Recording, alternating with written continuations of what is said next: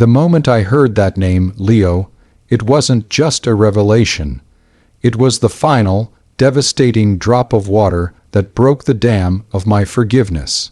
I had built my entire life on the principle of unconditional love and second chances, giving my wife, Sarah, another opportunity after a major, painful infidelity several years ago, an ordeal that nearly ended us. We had gone through therapy, rebuilt trust brick by painful brick, and I honestly believed we were stronger for it. We were finally looking forward, healing, planning our future.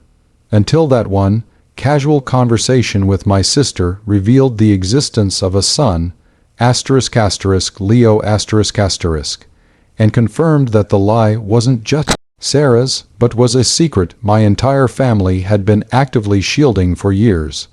The name, Leo, wasn't a mistake.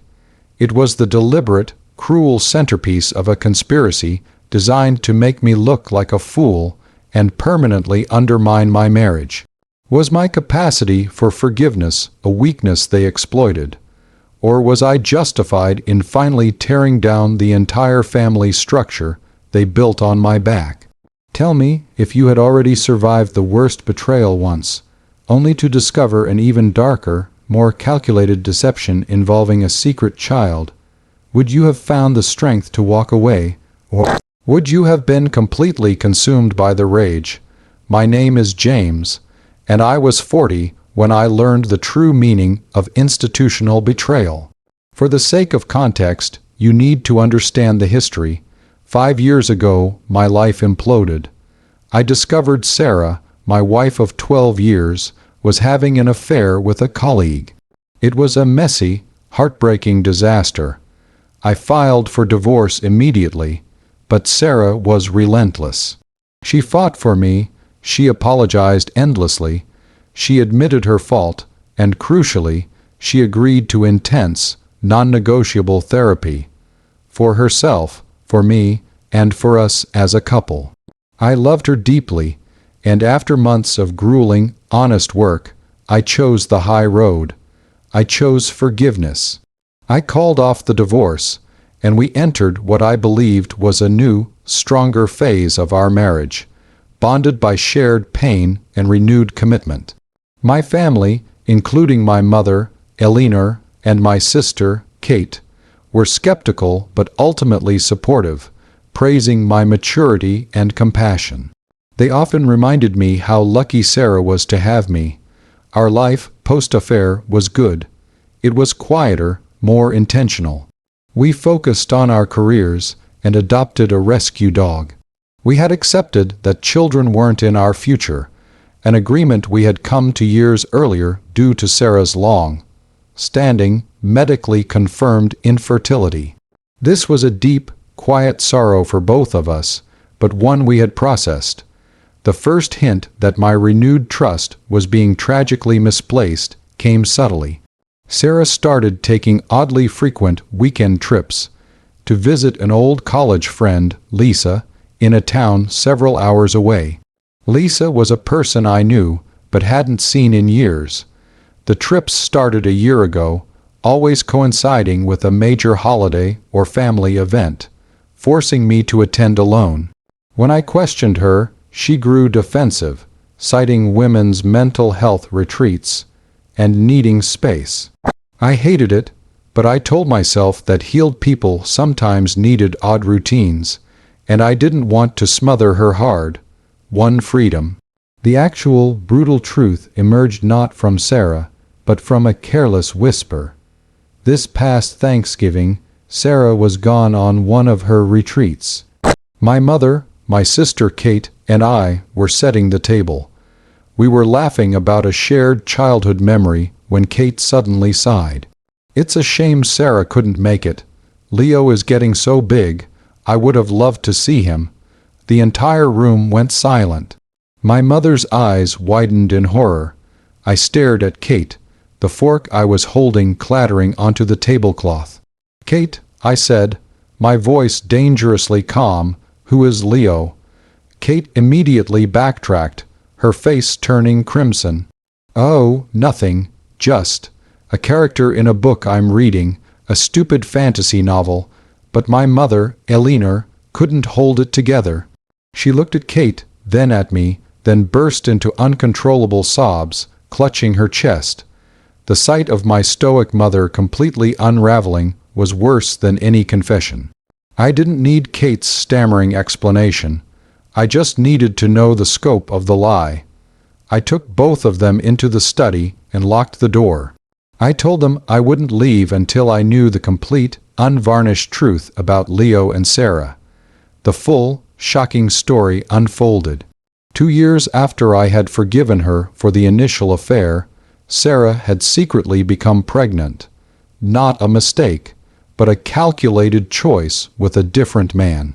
She had convinced her family and mine that the pregnancy was with a sperm donor, an option we had briefly discussed, but ultimately abandoned. She had fabricated an elaborate story about a successful, secret in vitro procedure, something she knew I was too trusting to question deeply. She gave birth to a son, Leo, 15 months ago. The man, an old flame she had reconnected with, who, upon learning of the pregnancy, wanted nothing to do with it. Why the sudden trips? Sarah wasn't visiting Lisa. She was visiting Eleanor **, my mother. My own mother, Eleanor, a woman who claimed to be my rock, was actively **, helping Sarah raise Leo in secret at her house **, several hours away. The retreats were simply Sarah visiting **, her own child **, who was being hidden by his paternal grandmother. Kate was involved because she routinely drove Sarah to and from my mother's house and helped create alibis.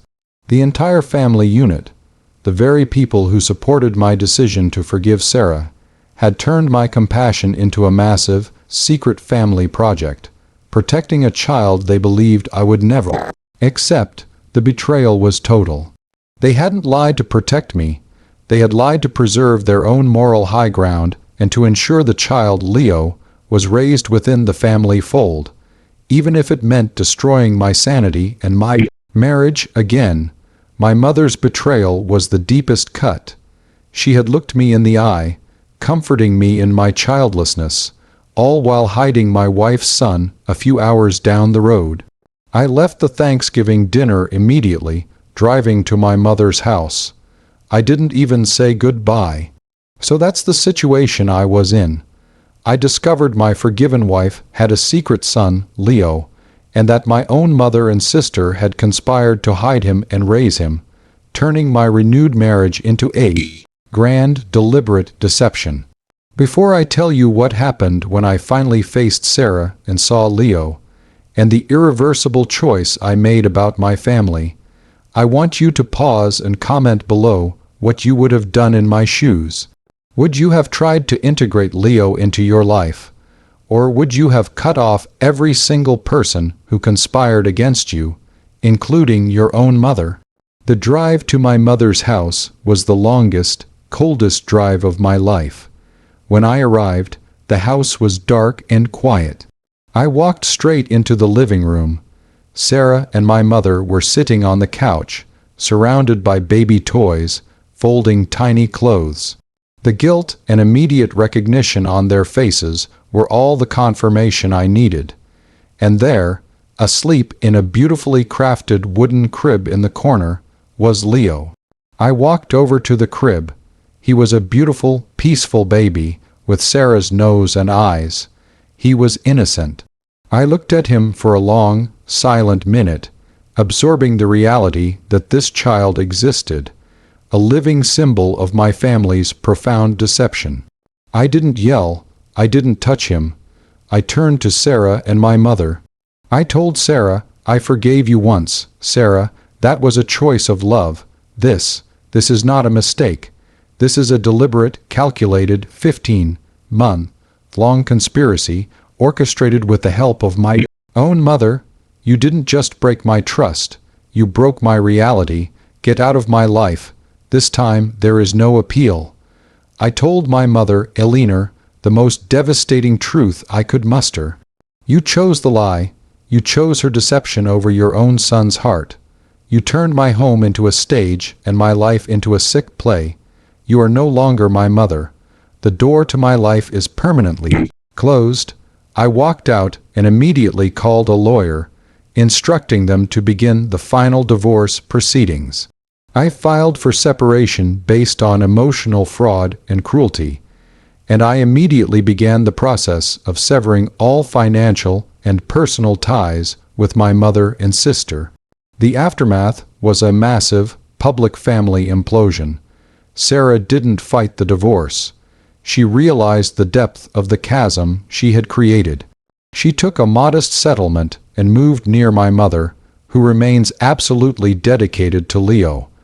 My mother and sister tried everything, begging, sending mutual relatives, even threats. I held the line. I cut them off completely. I changed my number, blocked their contacts, and even moved cities to start fresh, escaping the constant, toxic presence of their betrayal. I never approached Leo again. The memory of his crib in my mother's house remains a painful, but distant, scar. I prioritized my own sanity and dignity over the moral obligation to know the child of my failed marriage. I chose self-preservation. I learned that forgiveness is a gift, but when it is exploited, you must protect the one thing left, yourself. The second betrayal was the final lesson. Today, I am truly rebuilding. I'm living in a new city, working a job I love, and focused entirely on my own future. I have learned to trust my instincts over false promises, and I recognize that sometimes the most profound act of love is walking away from the people who continuously try to hurt you. My life is quiet now, but it is finally built on honesty. The name Leo will always be the symbol of the darkest secret my family hid, but it is also the symbol of my ultimate liberation. Like this video if you think I was right to walk away from my entire family after such a deep, repeated betrayal. Subscribe for more stories about recovering from shock and learning the power of walking away. Share your final thoughts on my mother's unbelievable choice in the comments section below. I'll see you all in the next story.